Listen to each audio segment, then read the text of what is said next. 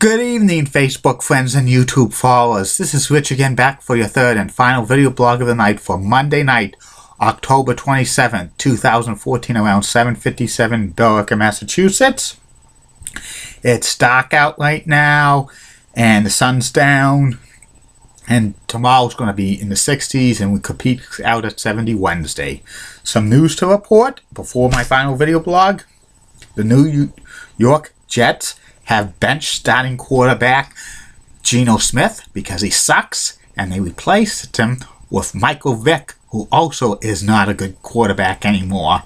And the Jets are probably playing out the string. They have a 1-7 record, and they're gonna probably lose most of the games. And Rex Ryan's gonna get fired, and both Geno Smith and Michael Vick will probably not be on the roster for 2015, and the Jets are probably going to have to draft a quarterback in the upcoming NFL draft.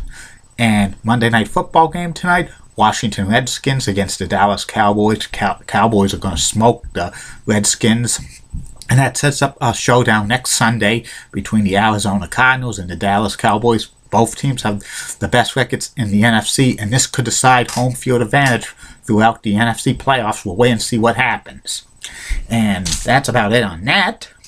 My third and final video blog subject of the night is about my personality profile. My personality profile is former WWE diva Tori. I'm not talking about Tori Wilson. I'm talking about Tori, T-O-R-I. Tori was a diva from 1999 through 2001. She's known as the Don Jezebel. She was associated with Kane and later X-Pac from DX. Tori's real name is Terry Poch, P-O-C-H. Terry was born and grew up in Portland, Oregon, and before she entered the world of professional wrestling or sports entertainment, Terry was a bodybuilder and an exotic dancer. She got the wrestling bug when she met WWE Hall of Famer Rowdy Piper at an event somewhere, and Piper trained her to become a professional wrestler along with legendary wrestling trainer Brad Ragans. And Terry made her professional wrestling debut in 1988 in the old Portland wrestling territory. She was a valet called Taylor Made. She accompanied Scotty the Body to the ring as his valet. Scotty the Body became Scott Anthony, Scotty Flamingo, Johnny Polo, and then his most famous character, Raven. And Taylor Made was in the Pacific Northwest Territory Portland Wrestling for about 2 years until 1990, when she went to the LPWA, which is a Ladies Professional Wrestling Association based out of Rochester, Minnesota.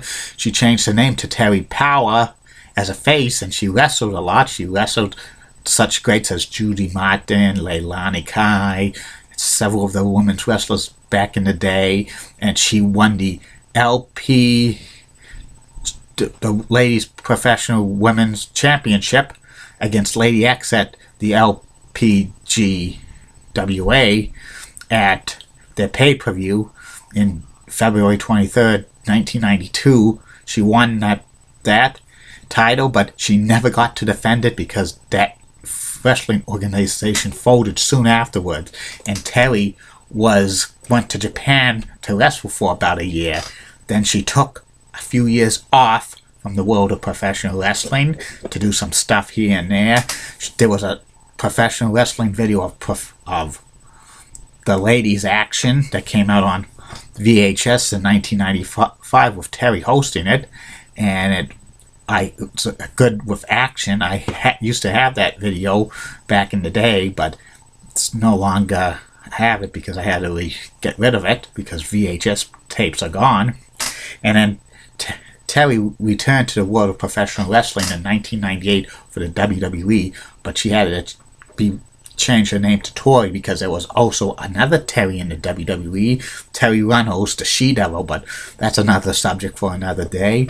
And Tori started off as like a Sable fan, stalking her, Sable was the WWE Women's Champion at the time, and every so often, Tori would come out and first give Sable a rose, and then Sable was feuding with Luna Vachon at this time, and one time Luna Vachon was wrestling in a match, and Tori was trying to get at Luna Vachon, and then at Royal Rumble 1999, Luna Vachon wrestled Sable in a strap match for the women's title, and it was a classic strap match.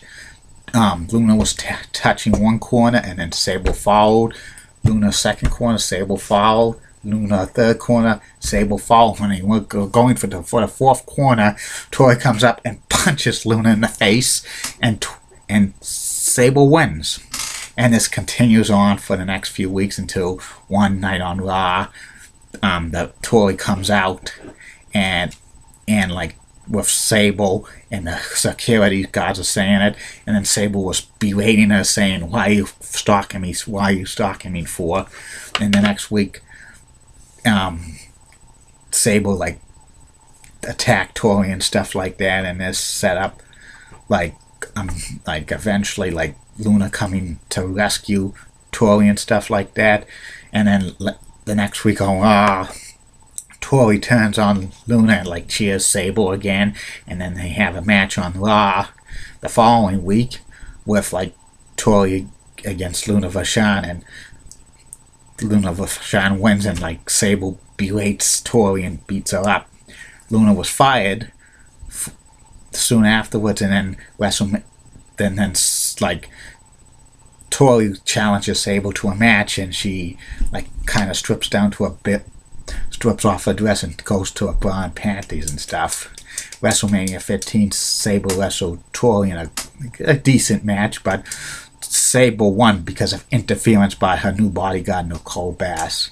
And then for the next few months, Tori was like relegated to tag team matches with like Ivory against Jacqueline and Sable, and then she wrestled Jacqueline at house shows and Ivory at house shows and stuff like that. In the summer of 1999, Tori gets into a feud with Ivory over the WWE Women's title, and it was a kind of a decent feud. Ivory like attacked Tori several times and put slut on a skank and stuff like that. And then they had a match at SummerSlam 1999, and Tori wears the awful ring attire. Goddamn awful. Ivory beats her, and then they continue on, and then the first episode of SmackDown, like Tori was going to wrestle topless, but the suits didn't want her to do it, so she had to wear like a oversized white business suit shirt. She beats Ivory, and then on Raw they have a hardcore match, a women's hardcore match, non-title and stuff like that. Ivory wins and stuff like that. Then in November of 1999, Tori starts to become a like manager to Kane and stuff. Like Kane and Tori was having a little love interest, but this is when Kane was feuding with his former tag team partner X-Pac, who was part of the X, and X-Pac was berating Tori and stuff like that. And one match on SmackDown was X-Pac against Kane. If Kane lost, X-Pac would have to have a night with Tori. X-Pac wins, and then he has a night with Tori and stuff like that.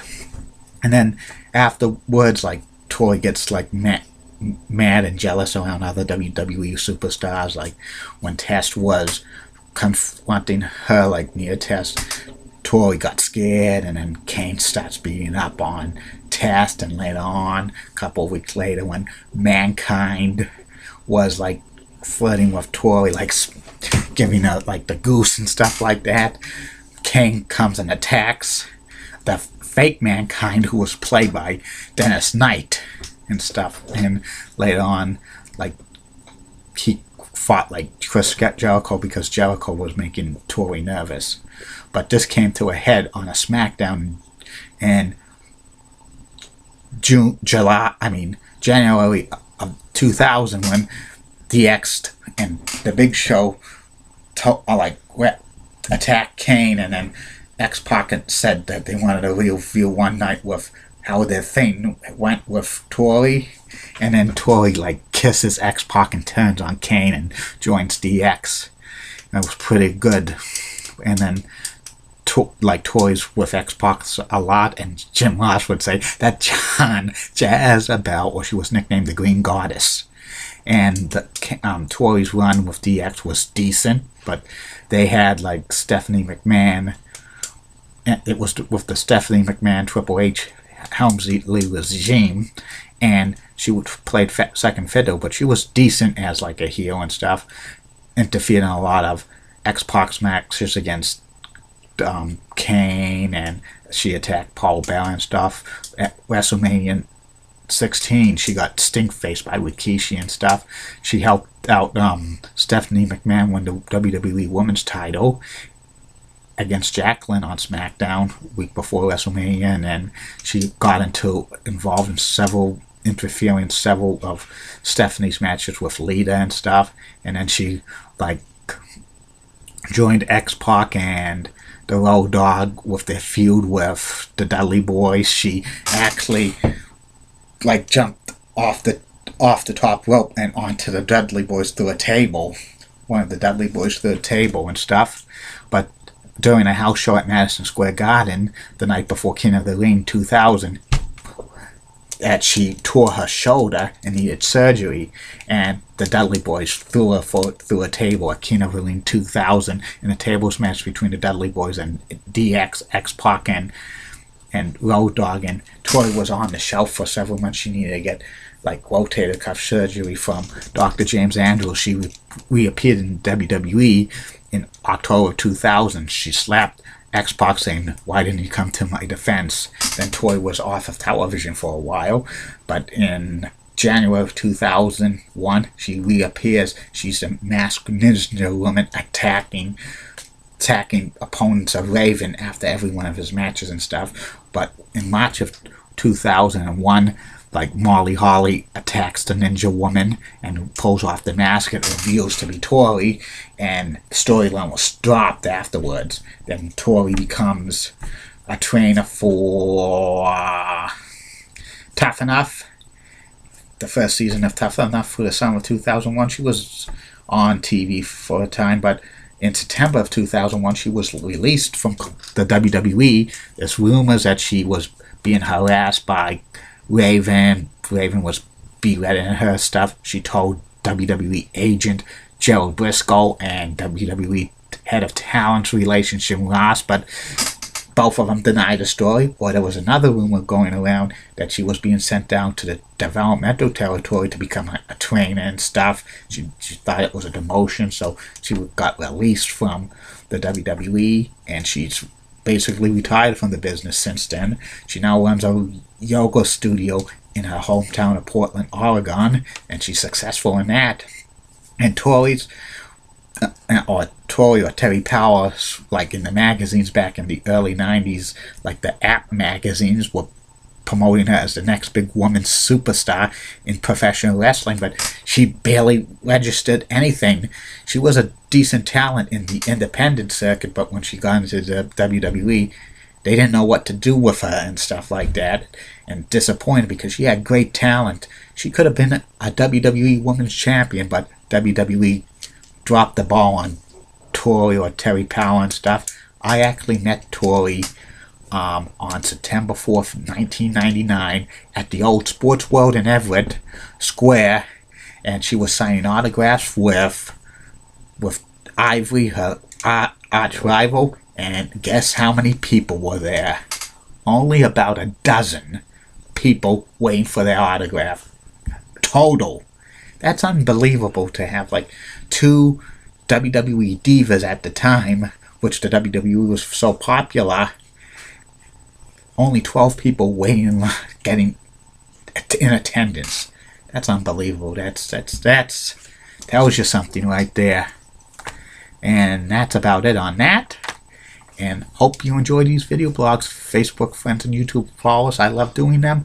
I'll be back tomorrow for 3 more video blogs. One of them is going to be the top 10 greatest Boston TV anchors of all time, men. Wednesday's going to be the top 10 greatest TV anchors in Boston's TV history for women. And Thursday's going to be the top 10 greatest TV sports anchors in Boston history for men.